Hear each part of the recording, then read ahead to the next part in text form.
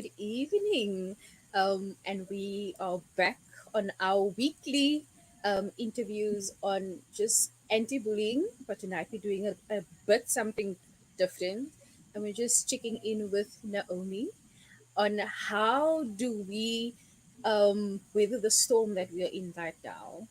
In just the past week, 2 weeks, it's been hectic, and it's not even like we are out of the storm yet. We're still busy with COVID, and now more is being packaged on. But before that, and we delve into all of those things, we're going to just say hi to Naomi, and we're going to ask her to introduce herself. Oh, well, yes, I'm Naomi, and it is so good to be with you all this evening. And thanks so much for inviting me and for having me. So, I am a psychologist and a speaker in KZN, and I work with parents. My passion is working with parents, with educators, with children. I write a lot of blogs, so on my Facebook page, and work with just developing resources and really trying to uplift parents and children wherever and however I can. So, it is awesome to be here. Thank you for having me. Um, just this afternoon, just before you phoned me to check in the questions that we're going to ask tonight, weirdly enough, I tapped into this on a personal life experience. So I was driving my child to extramurals, and on the way, because as I've told you, I've had a really hectic start to the week. My husband is half blind because he has arc eyes, and so it's almost like going on my own with the kids. And you remember when you're like in that hype stage, you're just going, and I was driving, and now it's like, okay, it's just me and her. All the other kids have now stayed at home with the grandparents, and it's almost like your brain tells you just relax a little bit Mm. while you're driving. And before I knew it, I was in the other lane, not noticing there's a car next to me. All I hear is screeching tires, and I got a fright, stopped. The poor lady is in tears then, because then she pulled over, and because I thought really I like drove into her, and I was like, I'm so sorry. This woman is in tears because she is supposed to go for a COVID test. Um, one of her friends, and there's like this huge pressure on her because now family is blaming her, um, that they now all need to go for COVID test as well. And she's like, no, I'm sorry, it's not that you didn't really do anything wrong. It's just there's a lot of emotions on me, and she's in tears. Um, and that gets us back to the topic of how do we weather the storm that we are in right now. You are currently located in Pietermaritzburg. I'm in Cape Town. Um, Probably the same storm but different. You guys just had looting. We have taxi violence, and there's such a lot of things happening, but we need to weather. We need to continue on. We need to do what needs to do, what needs to happen. And I thought let's dive into this a little bit more and discuss what of these lessons, even as hard as it is, can be transferred over to our children. What can we teach our children right now as to how to cope? Um, I mean, we've never been in a COVID situation. Now there's looting, there's taxi violence. How do we teach them? What do we teach them on how to cope? Sure. I think the place to always begin when we're wondering about our children and what to do and how to teach them is just begin with our own the space that we're in. You see, so often, as you said, it's just go, go, go, go, go. And we don't actually stop to pause to acknowledge whatever space we're in. And the reality is that for the last 17 months, and it's been thing after thing after thing that's just piled on, whether it's been the taxi violence or, as I said, here we've had burning, looting, and all sorts going on. It's one stressor after another that's just piling onto us. So sometimes it just begins with us saying, okay, stop.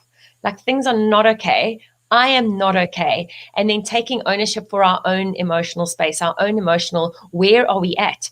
And that is one of the most incredible things we can do for our children.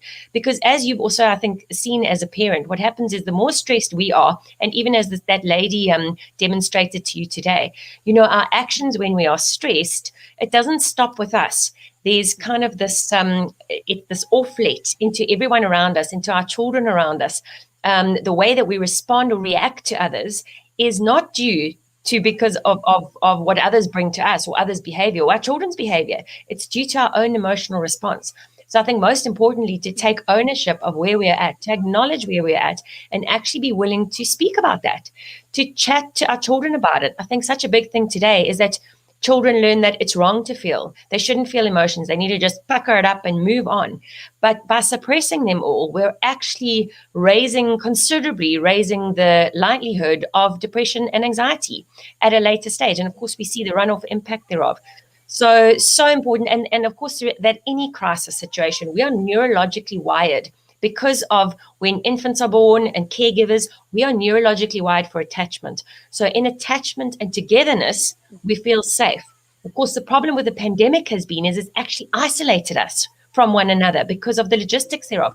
So neurologically, we're wired. There's a trauma. There's a global crisis. We need to be together to feel safer. But what's happened?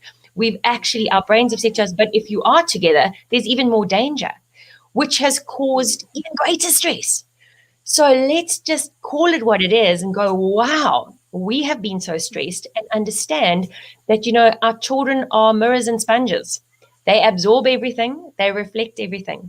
So the most important thing we need to do as parents, as adults, during any crisis that we're in, is look after our own emotional space and do what we need to do to reduce stress, whatever that may be. And that's different for every single one of us.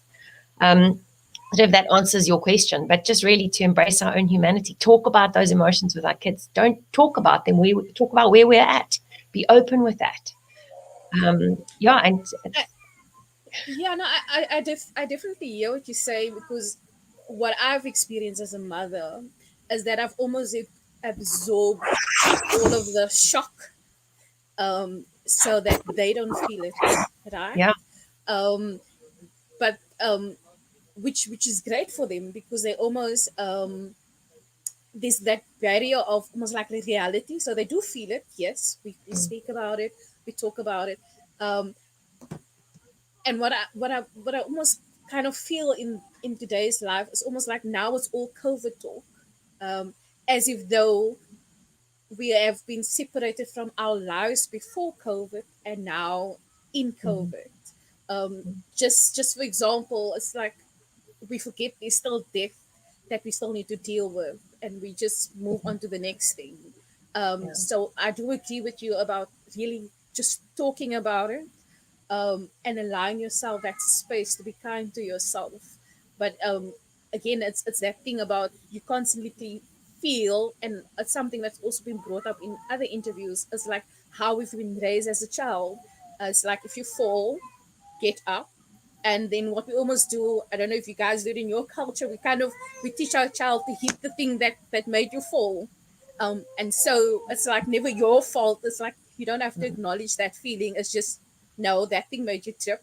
So I've now spoken to that thing that made me trip, and I'm gonna move on. Um, and then it's bye. So it made me trip. It's done. I'm moving on. I don't acknowledge anything else. Life is fine. yeah. And I So think, yeah. So you know, I was just going to say what you said earlier is so important, is because as parents, we buffer things for our children, and we think that they are better off for it, and they are definitely. And obviously, what we need to communicate with them needs to be age appropriate and factually, and whether it's the emotions or actual events that are happening. But we need to remember that when we are absorbing everything, it does impact on our children, because it does filter down. Because I'll give you an example. My kids will be kids. They'll behave age appropriately, developmentally, what they should be doing, where they're at as kids. So I remember a time where I had been preparing for like 8 hours for a talk that I was doing, and I had my whole presentation on the screen. And I went out to get lunch, and I came back to my computer, and my children had come into the office. They were not doing anything. They were kids being kids. They were talking loudly and playing around. There was nothing wrong with their behavior. But of course, I looked at my computer, and the whole presentation had disappeared. It was a glitch in my hardware. So my stress, because of how I had felt, because I lost a presentation, then resulted in me offloading on them. I was freaking out, asking them. Well, I managed to kind of take a deep breath and realize before I shouted at them. But what was my first inclination? To shout at them. And I had to say to myself, hang on a second. And this is where we all need to really think about, is that so often our responses to others are not because of anything that they've done. It's because of the space that we're in. So it's accountability. It's looking inwards. It's looking at what responsibility do I have, whether this is how I'm reacting. Our emotional response determines whether we react to a situation or respond to a situation. And they're completely different, whether that's our children or the lady we've almost just driven into or whatever it might be. So that's so important to teach our children that accountability and that responsibility for their own emotional space. And also to realize that our emotional space as a parent, as much as we try and buffer it, it does filter down, which is why that self-care, whatever that means for us, is so critically important. Yeah. No, as a mother, I definitely feel that. I also feel, I always, because I'm in the space of working with children, I always feel at times I'm more kinder to the children that I work with. And then almost like my kids, they kind of give me the mom that is tired and I Yeah. just need my rest. Mm-hmm. And they kind of get that hurt. And then I'm like, okay, once I've given the response, pull yourself back. I need to go apologize. I need to be accountable for my actions. Mommy is sorry. Or we are now at a space where mommy just need 5 minutes to Yeah. gather herself.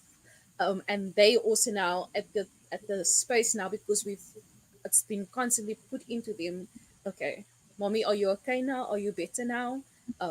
And that is how it goes. The I think next question I would probably would before want. you go on, can I just comment on two of those? Because you've raised such important things there. The one is that so often when we can feel ourselves getting triggered, and I call it the parenting wand. So, if you walk through those security things at shops or whatever, and they do and it goes beep, beep, beep or whatever, and then they take out this wand and they want you to see. Well, I think that we've almost got to, when we start feeling ourselves being triggered, we've got to do this parenting wand and go, okay, is there anything going on inside me that is going to result in me reacting instead of responding to my children? And if there is, I need to take a breath and sort that out first.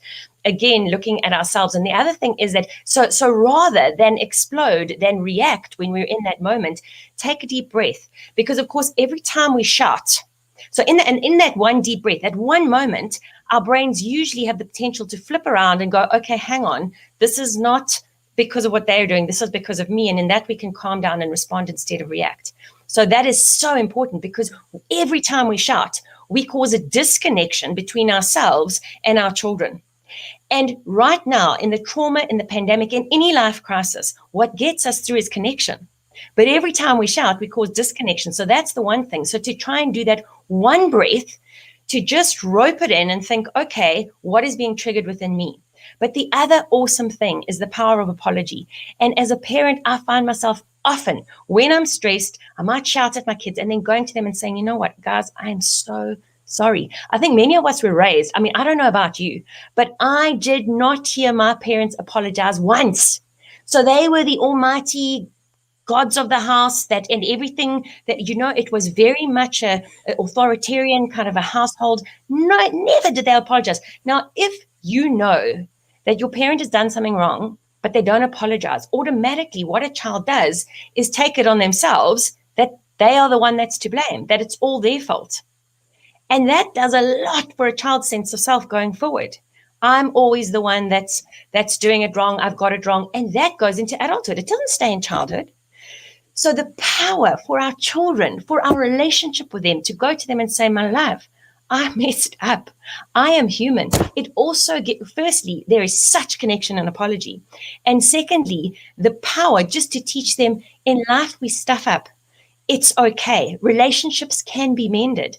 That is such a gift to give our children. Such a gift. So don't ever underestimate the power of apology and just being vulnerable enough to be okay to go to your kids and say, I'm so sorry, I stuffed up. And you know what I've found? The times that I've gone and done that, my kids have thrown their arms around me and said, it's okay, Mom. And wow, that just causes tears to realize that our children are so forgiving of our mistakes. And of course, then in their later lives, when they make mistakes, they will know they can come to the parent who is human and also makes mistakes. Yeah, we're not perfect. No, I always tell so my imperfect. kids, this house is a training ground. Make as many mistakes in this house as you want to, because this is the house where you train in for the world outside. See, just do it here. Maybe in the Yeah, world out there, they're not going to be so apologetic. But here, we're going to forgive, we're going to teach you, we're going to train you, and that is it. So I don't always like your actions, but I will always love you. Um, and that is it. I always find also that sometimes, so every 3 or 6 months, I tap into them and I ask them, am I still the mother you need me to be? Because sometimes you also go into that frenzy of, I know what's best, I know what to do, I know how to handle everything, and then that is not the person or the quality they need of you both at that time in that process, that they need. So you're giving them the protection, maybe version of you, but they need um, the humbleness of you and just the vulnerability from you. And so you're giving them the everything else that they don't need, and their cup is not full, basically. yeah, I Um, think. so the question, no, no, continue on. No, I was just going to say, I think the best thing that we can give our children is actually just to be real. And to, as you said, that so often we're not being that. Our children need real, because in real we connect. We connect with fellow human beings when we feel that we can be vulnerable. And with vulnerability comes strength of connection. And that's what our children need. They need a strong connection to us. And something else that is so incredible, which we do, it's a fault that I think was ingrained in us, but we live in a society where there's expectations. But every time there is an expectation, it also sets us up for disappointment. And of course, our children then feel that they've disappointed us. Give this a try. Interact with your child with no expectations of them, of their behavior, of what they need to tell you, of what they need to do. You find magic in your relationship with them. And you learn to know the little person or the bigger person that they are. And what another awesome gift when our children feel loved completely for exactly who they are, not for who we expect them to be or who they think they should be, but for exactly who they are. It's phenomenal. It's an awesome thing. So try it. Next time you interact with your child, have zero expectations and see what comes out. It's beautiful. it it's weird. It's normally when you ask them something and they do, the answer that they give is not something that you expect, like it's your normal reaction, and then you're like, oh, but it works. Okay. Yeah. So And you see, when they don't respond like we want them to, then we end up being disappointed. And that then is a disruption in the relationship. It's a disconnect in the relationship. And they don't feel fully loved and unconditionally loved, as you mentioned earlier, and fully accepted for exactly who they are. yeah, yeah. Amanda says connection always also gives a child a sense of belonging, which grounds them holistically. Yes, Absolutely, that is Amanda. so And connection is the most important thing in parenting. If you get, in these crises that we are in, month after month and week after week, through all of them, if you can make, as tired as we are as parents, because of course the culmination of the high stress response that we've been in, one of them is exhaustion. And so many of us are feeling that exhaustion at the moment. If you make your one aim every single day just to connect with your child on their level, well, that is more than good enough. Because within that, they feel they have a place, they have a sense of value, a sense of self, a sense of belonging. That's all that we can focus on. That's what we need to be focusing on. Connection heals. Yeah, that is true. When we also work with the kids that has been bullied, we often so when we work with teenagers, you hear all the boyfriends that they have or the love connections that they have in their head, and so you kind of remember their names and all the boys that they're interested in, and then they ask, Miss, so why do you remember this? I'm like, this is your truth, right? This is this is why you told me this. So why wouldn't I remember this? This is how I'm gonna learn from you or who you are. Yeah. And whether that change, that's your truth. You telling me this. I can't depend on what other people is telling me about Naomi. I need to get to know you. But the let's look at the flip side of this. So now we're saying we need to teach these kids lessons because in that there's connections. Um, but I just thought about this.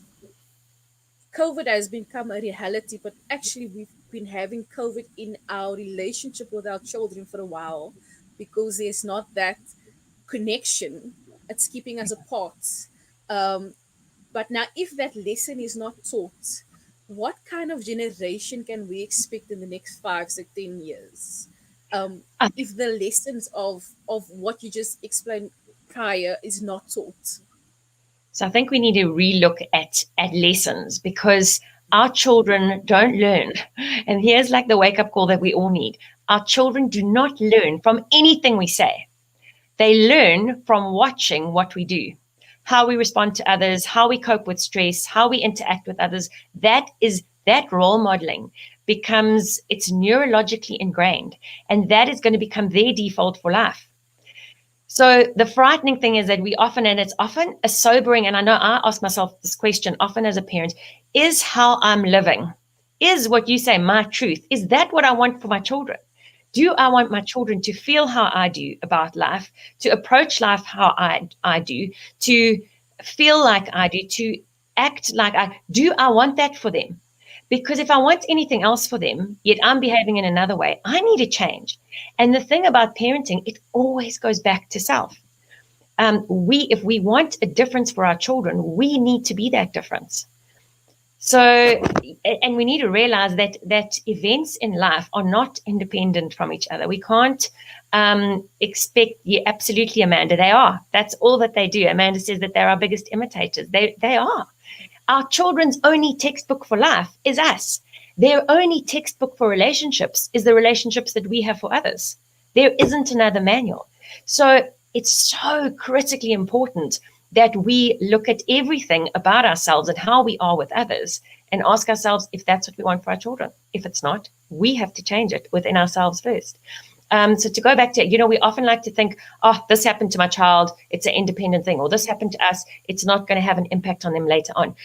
Events in anyone's life, in any child's life, that's how our brains develop. They are not independent of one another. They are interdependent on one another. So everyone links to another one. It all adds up. So we've got to take responsibility for that. And the environment that, of course, we can all experience such a variety of different things. But the common factor is that environment that we create as parents through the people that we are. The environment is what's going to determine how our children are. We can't blame our circumstances. I know that, we often we want to blame this, we want to blame that. We've really got to turn that parenting mirror around. I love the analogy of a mirror, and I use it with my clients, the parents that I work with, and I often use it myself. I say, at the end of the day, if there's something not okay with my kids, I've got to pull out that parenting mirror, have a look in that parenting mirror and going, okay, Naomi, what is going on within you that is leading to your kids behaving X, Y, and Z? There's always something going on somewhere, whether it's in me or within the world or something going on that can explain how our children are, because we can't expect them to develop any other way. So if we don't change the way that we do things as parents, we can't expect our children to change. Yeah, it's I've won. as I a know. person who works as a person who works with kids, yes, when it comes to my job, I do it easily. When it comes to my own children, I'm like, why do I have to change? So much work. I think that but in this sense, it is hard work. was such hard work. If we didn't have kids, we could quite happily move on through life, leave all the baggage behind, close those doors of our own childhoods, because so often, but kids have a way of opening up doors so that we have to heal with it from them, because we have to confront things that we would otherwise not have chosen to confront. We have to grow to be a parent who connects with their children. So it is so hard being a parent, because our children kind of highlight all those things we would have rather just swept under the carpet. And they say to So us, Mom, do it. You got to work on this, girl. And we're like, oh, yes, I have to work on this. So they do. And in that sense, we've got to see them as a blessing, because without them, we would not grow to be the people that we are. yeah, it's like when they talk, or sometimes I listen to them when they play, and then I'm like, is that how I sound? Is that how they perceive me? I It thought I is. was doing well. Okay, let's change more. And then I'm like, oh, I'm so tired. I'm so tired. But let's do this. Let's do this. And that, So I think the person I am today, I wouldn't have been this person without my children. Because to be honest, there would be no motivator for me. Because there's no reflection, as you say, the mirror, to tell me, yeah, hey, you're doing that wrong. It would take longer, because the people that you are not close to, you can just kind of like say, ah, they're just talking. But your yeah. children, is that like, Ooh. is that No, that as that beauty mirrors that shows all your pimples, is that ones. up close So and it just personal. kills you. It does. And we cannot get rid of it. And the other thing that they do along the same line is Yeah. our children tend to trigger us. And those triggers are not like these random triggers. Where they trigger us and how they trigger us, it's from our own childhood. It's all stuff that we need to haul out. It's those what I call skeletons in our closet. We need to haul them out and take a good look at these things. Without them, we can when I talk to my patients, my clients about it, it's like there's a box that comes in of stuff and we put it in a cupboard, and we put the next box in the cupboard and we put it. And then I think sometimes our kids come along and they open the cupboard and all those jolly boxes fall on us. And then we have to sift through them and go, okay, what do I do with this stuff? But it's there, and so hard when that up close mirror is showing all those pimples and the ugliness and the stuff we don't want to see. But what an opportunity to see things for how they really are, and to work on old hurts, and to work on healing our own childhood traumas. Because if we don't, our default, the other visual that I have, it's like we're walking up this big mountain and we're carrying this rubbish bag. And of course, if we're so busy carrying this rubbish bag, we're never going to enjoy our trip up the mountain. We're going to miss the flower. We're going to miss all those awesome moments within life, within our children, within connection, within relationships, because we are so weighed down by this heavy ton of rubbish. And then we get to the top of the mountain. What did we do to our kids? We go, oh, here, love, it's now for you to take on your mountain. And that's what we do. We never, when we hold that little baby in our arms, we so often we're like, I'm never going to do to you what my parents did to me. Never. No, you're going to have it different. And what do we do? Because it's our default. We're wired for it. Unless, it's going to take a generation of brave parents to really make changes for the next one. And that's what we as parents have to do. We have to hold up that ugly mirror, check it out, make the changes so that we can make life better for our children. Otherwise, there is no chance. There's no chance. That bag of rubbish is going to them, and they will carry it up their mountain until someone is courageous and brave enough to say, no more. I'm sorting this stuff out. Yeah, we need to go for our facials and all our treatments and all of these things. Let all the pimples rise out and just deal with it. Even though Yeah. you're going to look like Shrek for the next 4 weeks, put all the Yeah. pimples out. You're going to feel like it too. You're going to feel terrible walking through that. But you've got to walk We just through need to, that to the other side. yeah, so true. Because when we deal with kids that have been bullied, we actually found you use the going up the mountain. We use the laundry situation. So we tell them to take off all the laundry. This is what mom's clothes is. This is mom, dad's clothes. This Yeah. is your clothes. You're only responsible for your clothes. Wash it, clean it, pack it away. That is your clothes. And you find that a lot of children have on a variety of clothes that is not even their size or meant for Mm, them. mm. So yeah, let me just go to Amanda. Amanda says, it's not easy when you have to deliberately be present, deliberately keep it real, and deliberately so that your words matches your action. Children needs good role models, a champion who believes in them. So true. We have just spoken about it, Absolutely. Amanda. It Yeah. is it is stuff out there. Yes. So if we can maybe just go to our next question. It says we say we tend to use this phrase uh, or we put emphasis on, like we just did, on how we need to raise our children, right? Yet a lot of our normals are different. How you raise your children is different. How I do it is different. Um, how can we almost expect um, this new generation that pops up to have these kind of values that is almost similar, and I'm going to put that in brackets, yet our normalities are this different? How can we change the next generation um, with our different backgrounds, our different upbringings, our living situations differ?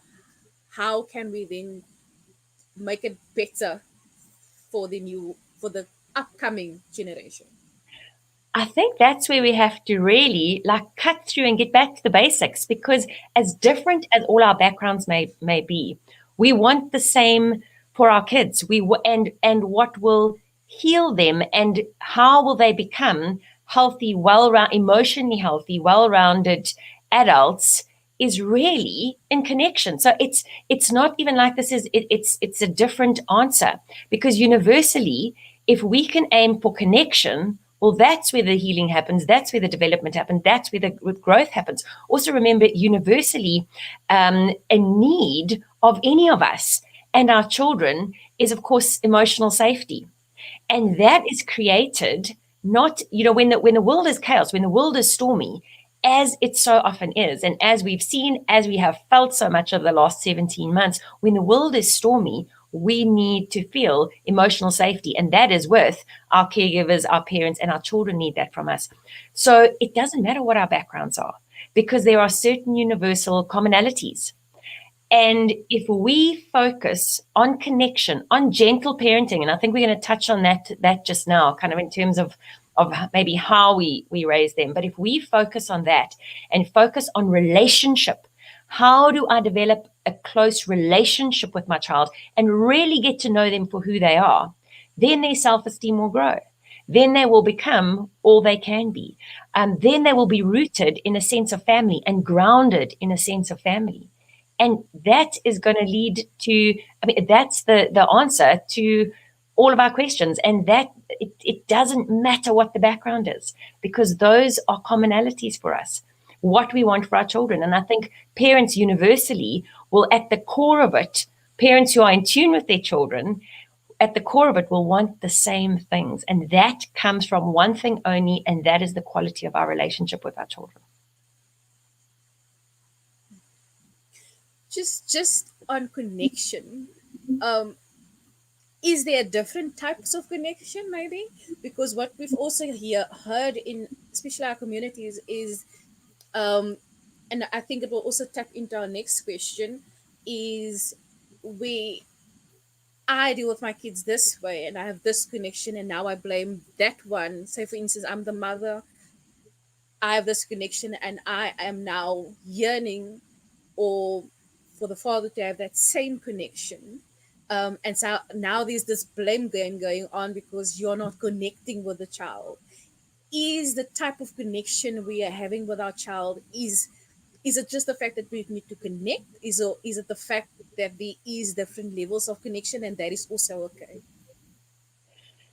Look, our children need a deep connection with us, because in a deep connection, they feel valuable for who they are. They feel that they don't have to be anything else or anyone else or behave in any way to feel loved and lovable by us. So they can feel that unconditional love. In terms of the different styles of parenting, so often, and I see this, it causes such friction in parents' relationships. But we cannot be responsible for anyone else's relationship except ourselves. So our relationship with our child yes, we can encourage our partners. We can, we can point them in the right direction. But most often, people need to take their own journeys. So whether it's our spouses, our partners, everybody's on their own journey of connection with the child. And you'll find that children will have closer relationships with some parents than with others. And that's not because of the child. That is because of the parent. So even if a child is completely different to us, has a different nature, we think, oh no, that's your child, not my child, oh, your child. It's up to us to strengthen that connection. It's up to us to find things. You spoke just now about how, you mentioned it in the context of teens and so on, just really getting to know them. How children feel so valued when we take time out of our schedules, out of our adult worlds, out of the things that we're interested in, and really get to know them. Who are they? What do they like to do? I find, and I think about particularly, we've been speaking on bullying on and off here. And I remember a case that I worked on some years ago. It was a little boy, he was being severely bullied. And he came in, and the first session, he was about 13 years old. The first session, he cried the whole session. Now, in the upcoming sessions, and in the next 6 months, I think I worked with him, not once did we actually tackle, okay, so if this guy comes and says this to you, this is what you need to do, this is how you need to change things. All that I did, he had this wide range of interests. He was so interested in semi-precious stones, and he was interested in this certain kind of a cartoon character. All that I did was get to know him in his world, get to know what he really enjoyed, what he really loved, because in that he felt worthy, acceptable, valued enough. He felt a sense of belonging in this world. And because of that, it was roots enough for him to build the resilience to actually deal with all these issues himself. It was so incredible to see. And it's been time and time again when I've seen that with children that I've worked with. Children just need us to get to know them where they are, for who they are, and to love them for that, and to be interested in who they are. And in that, resilience is built. So, it's yeah, in terms of the connection, going back to that, sorry, I got so excited about that because it's passionate about this kind of stuff. But it's about, so if my connection with my child is up to me. My spouse's connection is up to him. I cannot, and this is the thing, as parents, and I think depending also on our personalities, we like to control things. So we might want to control our spouse's relationship, or want to control how this one interacts or connects with that one. We cannot change it. The only thing we can control is our response, our reactions, our relationship. And that's where the focus needs to be. and also, before we go back to the previous statement of the bullying, um, with us being so focused on that person's journey with that child, you kind of lose out on your journey with the child, and then you wonder why that person is having more of a connection with the child, is because they see that person where they are, and you are worried about the other person's journey and what they are doing. um So but if we go, yeah, no, I totally agree with that, because um I also find it a lot of times in victims as well. When something happens, we so want to control the situation that you forget that the child is there. yeah. They're still a child. It's like when my kids lost the pets, we wanted to do a whole ceremony and say goodbye to the rabbits and all of these things. And they were like, okay, so when are we going to get a new pet? And so, So I'm that's it. like, are we not supposed to mourn? Yes, I So hear that's a you. whole The rabbit different is topic. Because I think that yeah, but comes I more mean, in. but like even like in bullying, it's like again you tackle the rabbits is a bit extreme, but you tackle the whole thing around the sadness and everything, but you don't hear the child out, and you kind of want to enforce all of your feelings onto that child and how they must get through it and how they must feel. I just my daughter is having she has eczema from a very young age, and her eczema actually flared up because she has this friend, and due to COVID didn't come to school. um so it was like normally when it flares up, you check with her what is happening, because it means there's something that she's not telling you. So her body actually tells you what is actually going on. And then it happens that she is like very stressed over this friend because she's now thinking this friend has COVID and maybe died, and it's a Yeah. whole bunch of things going on. Um, and we are thinking, yes, but you should be fine because our house is controlled and we're Yeah. managing the situations, but there's so many other things that is happening in our life. Um, yeah. So So I, coming back, can I go? Can I just touch on what you've said as well over there? Is that universal need, no matter how big or small, we all need to feel heard. And so often we don't. We put ideas in our children, we speak for them, we think we have the answer. So we try to fix. It's our human nature to fix everything. But the awesome thing is that our children don't need fixing and they don't need fixers. They need adults who will listen and who will stand alongside them with whatever they bring to the table. And that for me is just so wow. You know, we can't fix COVID. We can't fix the pandemic. We can't fix the violence that's happening right now. But that's not what our children need either. They need a space to be heard. They need a space where they can be vulnerable enough to really share what they're feeling and feel like as adults, we're not going to push it aside or leap and try to fix things, or that we're just going to sit quietly and listen. And you know what the amazing thing is that when we do pause and we act, when we shut up, because we talk so much, when we keep quiet, our children start to talk more. They'll give us a bit of information and then they pause and they wait to see how we're going to respond and if we can handle it. And if we reflect, if they feel that we've understood, then they give us more information. It's like our children will, for example, come home from school and they might say, okay, this happened at school. What do we? Wow, whose parent was that? Let me phone the person. Let me do that. I'm going to phone the teacher. We're going to sort this out. Then they shut up. They shut up. As adults, we felt that too. Have you ever tried to want to tell someone about something that was going on? Not because you want them to fix it. Like I'll never forget the one time, and I think this is just so because we need to learn from this for our parents. Like I went to the optometrist and they said I needed glasses, and then there were all these issues with that, and it cost so much. So I told my husband about it, and all I wanted to do as a human being was to share my frustrations. And what did he do? You need to do this, and this isn't right. And so what did I do? I shut up. And our children do exactly the same. We'll never get the whole story out of them, and they'll never feel completely heard if we don't pause, keep quiet, and let them speak and create a platform where they actually feel heard. It's a universal need, yet our nature is to jump in and speak and fix. We got to stop that. but we weren't trained as parents. No. So we saw that from our parents. Yeah. And so we thought, this is the way to do it. This is probably right. They had many children. They're probably doing it correctly. So we just carried on that battle, um, ran this relay race with no insight in. No. Um, so, anyway. We ran it with our own textbook, but our textbook was how our parents did it. And how our parents did it was not necessarily right. In fact, for many of us, our parents did not do it right at all.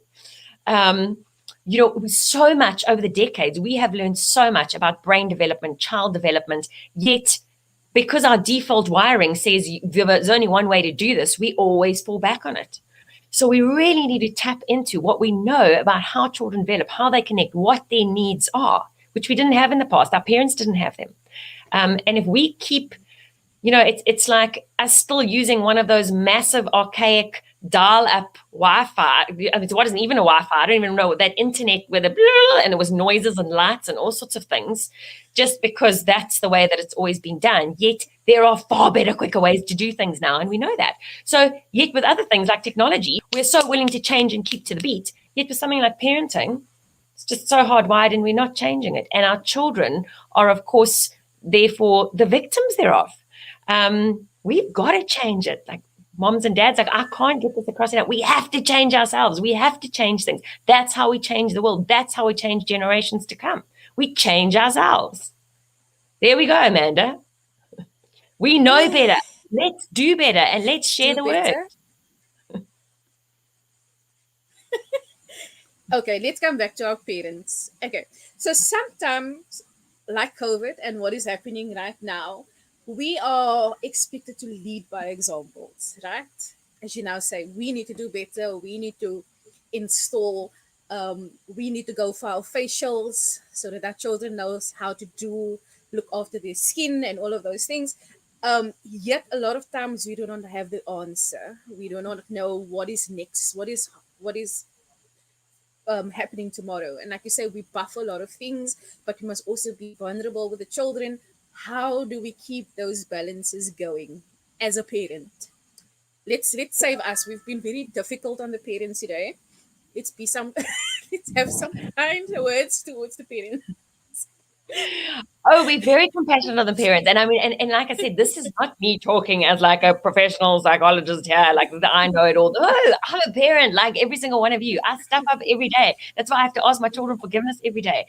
And I think it's so exciting that we can learn so much from them. So please don't, and it really is. And we can't look at, well, how we're going to change our children if we're not looking at ourselves. I mean, it's this is like 101 stuff. But I think the other thing is, you said there's so much and there's so many questions and there's so much. The awesome thing as well is that we actually don't have to have the answers. There's so many things we don't understand. There's so much that the world is so confusing. It's a place that we can't put two and two together right now, I think, for so many of us. But we don't need the answers. Our children just need a space to be heard. It's exactly what we've already spoken about. So I think as parents, sometimes we get stressed when we think, oh my word, they're asking me these questions, or what if they ask these questions, or I don't know how to explain this. We don't need to. We just need to be there as we are, real, show up, and be present and connected. And I think that's one of the things. And yes, it's hard to be present. It's hard to be connected, remembering that in times of crisis, we need connection, we need attachment to decrease stress for our children. But how do we do that? Well, we start with looking at ourselves. What do we need? I mean, if I had to say to you, what five feel-good things do you need that make you feel better about yourself?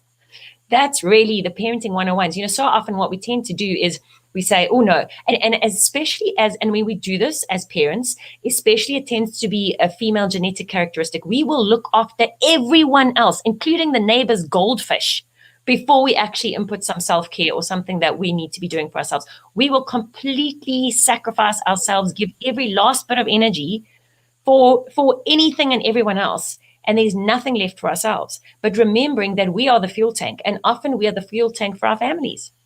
Our kids I use the analogy of, let's say we had to drive a car somewhere and there was no fuel in the tank. Everyone inside the car had a petrol canister, but no one was allowed to get out the car. Well, it's not going to do anyone any good if their petrol canisters are full, yet the petrol tank of the car is not full, because we're not going to get anywhere. If we don't stop and fill up as parents with whatever we need to, our families are not going to get anywhere. Our kids are not going to get anywhere. We are not. So we've got to turn around and do self-care. And when I've suggested this, and I so often do, it's part of the one parenting course that I do. I say, right, homework, self-care this week. And they're like, oh, no, I couldn't possibly. And when we look at it afterwards, when I double check like in with the homework and I say, okay, how did that self-care go? They'll say, wow, my relationship with my children was better. My relationship with my husband was better.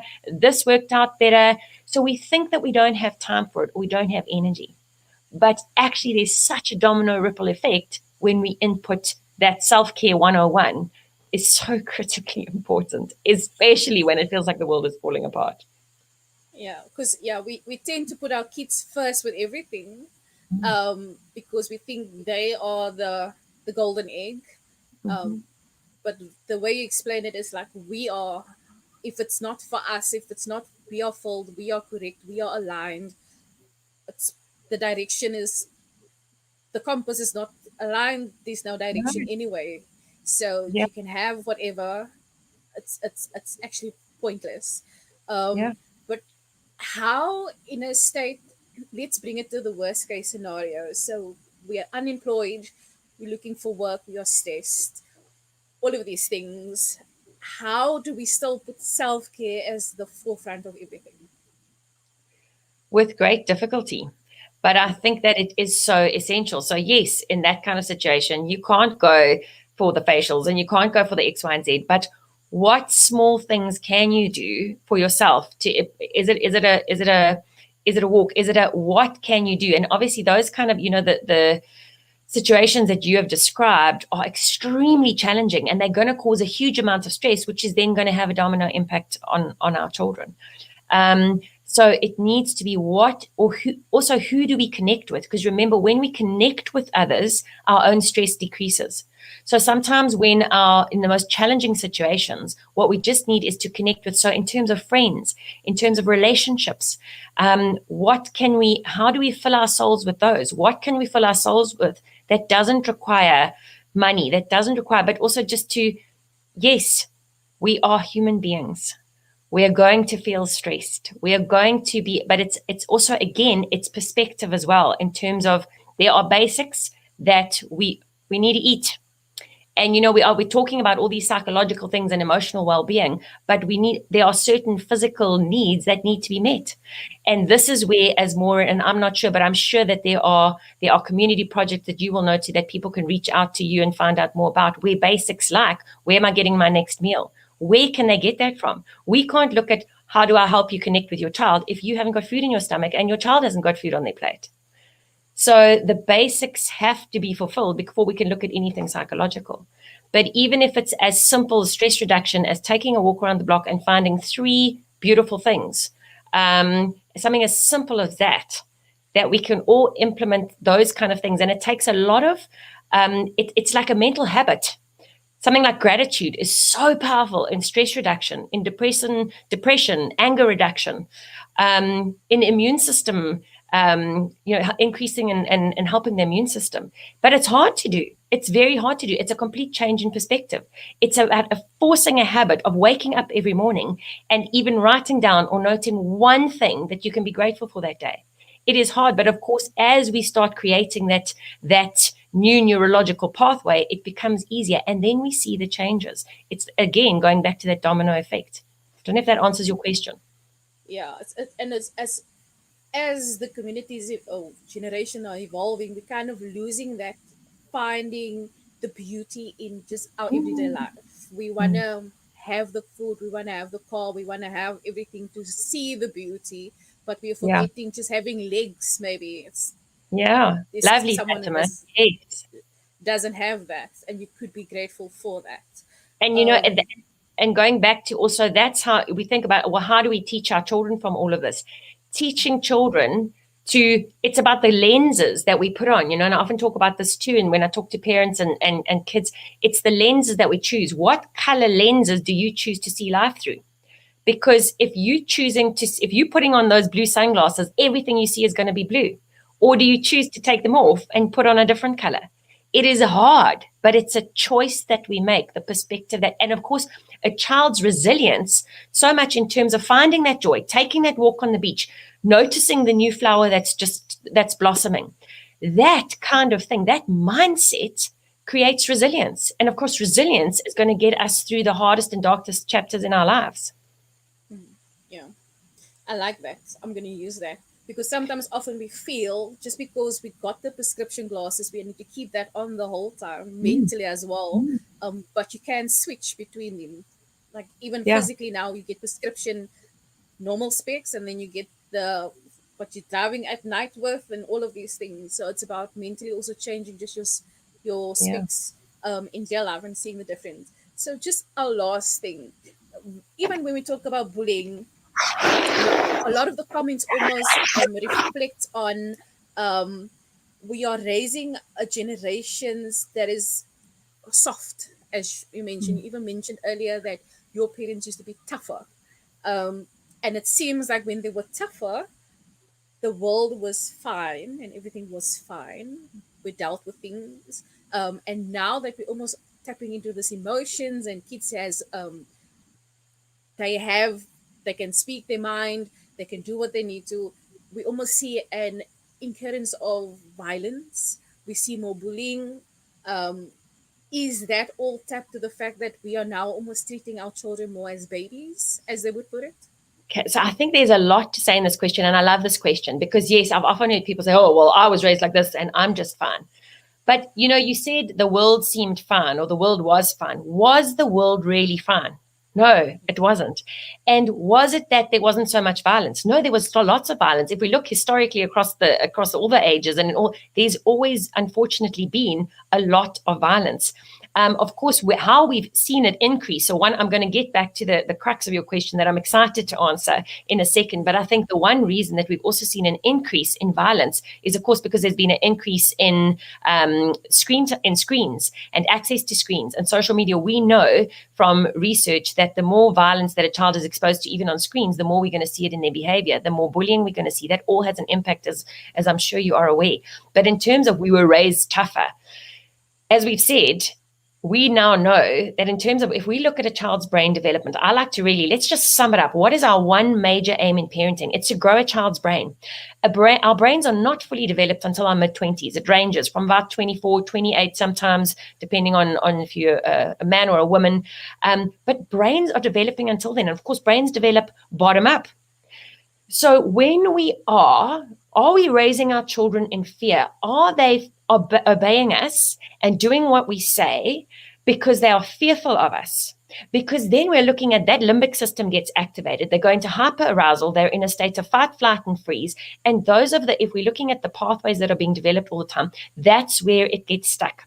There's a very big difference between respecting someone out of fear and respecting them or obeying someone out of fear and obeying them because we respect them. Very big difference. Of course, if we look at what are the top kind of, if we're expanding now to the brain, the prefrontal cortex, what kind of things there, that's where we see empathy, conscience. And if we look at what do we want for our children, what do we need for the world, let's look at what we need in our leaders. We need leaders who have empathy, who have moral fiber, who have a conscience, who have integrity. We don't want to be raising children that can only do the right thing if there's a policeman there with a consequence. And that's how we were raised when there was this harsh disciplinarian corporal punishment kind of a, you'll do what I say or you'll get blixened or whatever it might be. And so many of us were raised like that. But that is following through fear.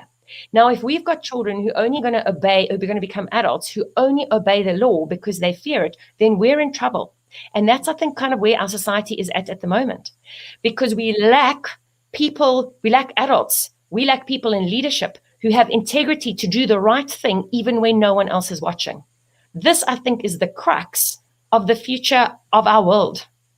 And that's why I'm so passionate about gentle parenting and about really parenting to grow our children's brains. And it's completely different to how many of us were raised. I totally agree with that, because when we just growing up, you would see kids excelling in school because there was always that teacher, that mom saying you will go to school, you will finish matric, and then when you're done, you have the freedom of no one telling you really, well, you don't have to be at work if you don't want to be, and that is where issues starts. In university, that is where issues start, because no one is forcing you to be in class. So they have nowhere to go. They don't know how to deal in that situation where they now have freedom of speech. They have freedom of ideas, and so we lack a lot of things. When we work with our kids, if you take a child from Tafelsurf, they look very brave when they were walking around with the guns, and there's a lot of this manhood going on. But if you pull them aside and you ask, what's your favorite color, that child is lost. It takes him literally 20 minutes just to decide on a color, because no one has ever asked him that or required him of that, because they just need to show the masculine side. And I mean, that child is going to raise another child. And then what? That's it. Yeah. That child is going to raise another child who never feels good enough about himself. So he'll always have to put on something to feel okay. And that something will be this manliness, this violence, this whatever it is. We have to raise our children differently. We cannot expect them. Our children, our future generations deserve more. And it's up to us to make those changes and to teach our children that there's another way. And that is empowering. So, you said earlier, so on the parents, but we need to turn it around. Instead of being disempowered and think, it's all on me, to be empowered, to know that just through how we do things and how we raise our children, there's the potential to change hundreds of thousands of lives in future generations. And that for me is a mind blowing thought. The decisions I make now don't just impact me and my child, they impact generations to come. That's exciting. That gives That me hope. is, it does. Yeah. Because I mean, a lot of times you also think, how can we help? How can we help the situation? And it's just by loving your child, loving your family. That is how you change the world. Because of Yeah.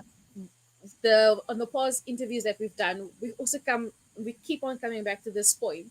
Um, yes, you can raise your child just for you. Fact, eventually that child is gonna marry outside of the house. The work is gonna be different.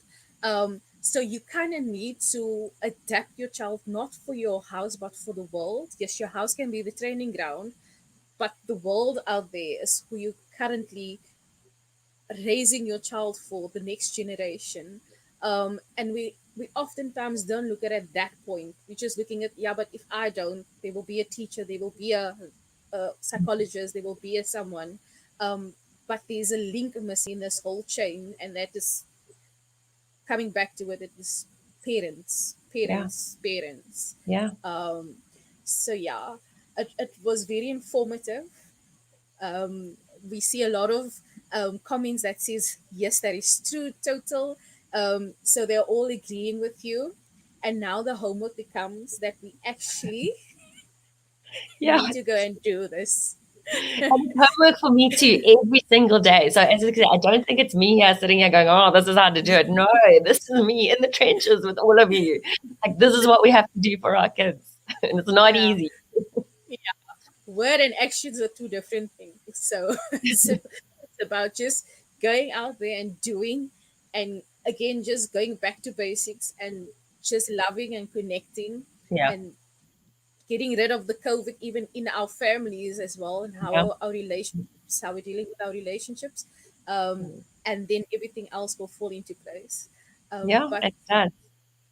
I don't know if you have any closing words. No, I think just absolutely connection, connection, connection. And when our children feel loved for exactly who they are, then that's when the magic happens. That's all we need to be focusing on. Oh, it's been so lovely to have you. Thanks, Monique. Monique, yeah. So that is Monique's comment, and on that, Monique, we will say goodbye to you guys. I found it very informative. Um, Learning again, just tapping in again, refreshing my memory. And so, thank you.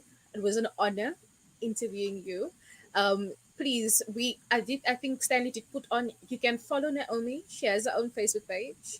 Um, when I feel I need a little zap, I just go to your page, and that is where I find my zap, and then I'm back into the ring.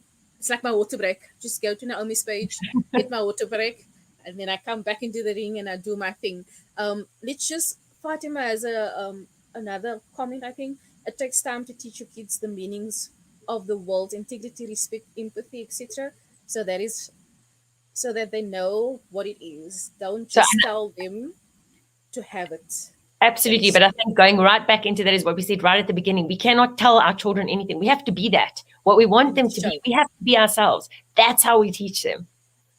You need to show. Yeah. Yeah. Sometimes we want to say no, but look there. Yeah. That No, is a look. good example. That is a good example. We need to now like this is a good example. So yeah. So thanks again, Naomi. Please follow her page. There's always nice inspiration, especially for parents, in just knowing how to deal with certain situations. Like I said, it's a nice water break for yourself if you're feeling low, just to zap yourself up there. But again, thank you for your time. Time is always valuable. It's a valuable commodity. Thanks for sharing an hour with us and just teaching us how to be more gentle in our Oh, parenting. thank you so much for having me. It's been such an honor to be here tonight. So thank you. Thank. So now we're just gonna zap Stanley back. Thank you, Stanley, for your platform. Is there any last words of you or from you, not of you? Sorry. Ladies, thank you so much. It was very, like you said, very informative. And I like what people, the response was, I've learned a lot. And that is what we wanted as well. the platform is for.